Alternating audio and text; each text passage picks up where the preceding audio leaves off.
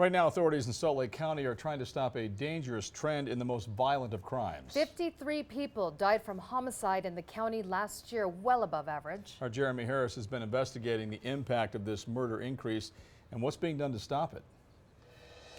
He had a smile like nobody that you've seen. To see Ashley Gustin talk about her son Paris is to witness a mother's love. He was my little buddy. I was his mom and he was my son, but we were also friends. That's why she could never have imagined losing Paris.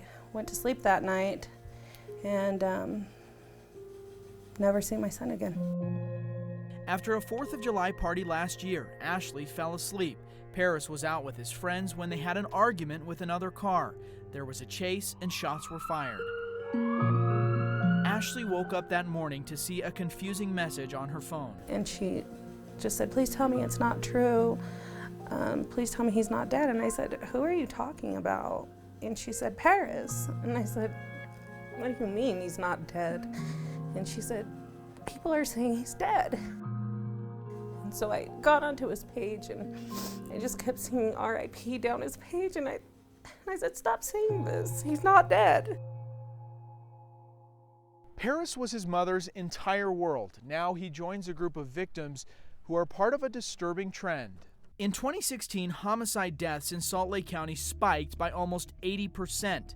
Murder charges filed for the county were 160% above the 10-year average. It's moving in the wrong direction, and in fact it's moving in an alarming way in the wrong direction. District Attorney Sim Gill says there are several possible reasons why homicides have increased in recent years, but points to the uncanny timing of Utah's passage of the Justice Reinvestment Initiative 2 years ago.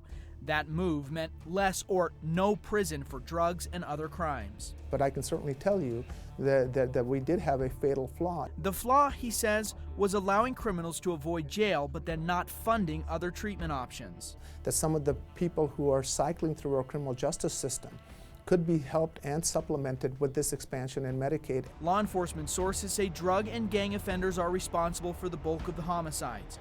Prosecutors say that was also the case when Paris Gustin was killed.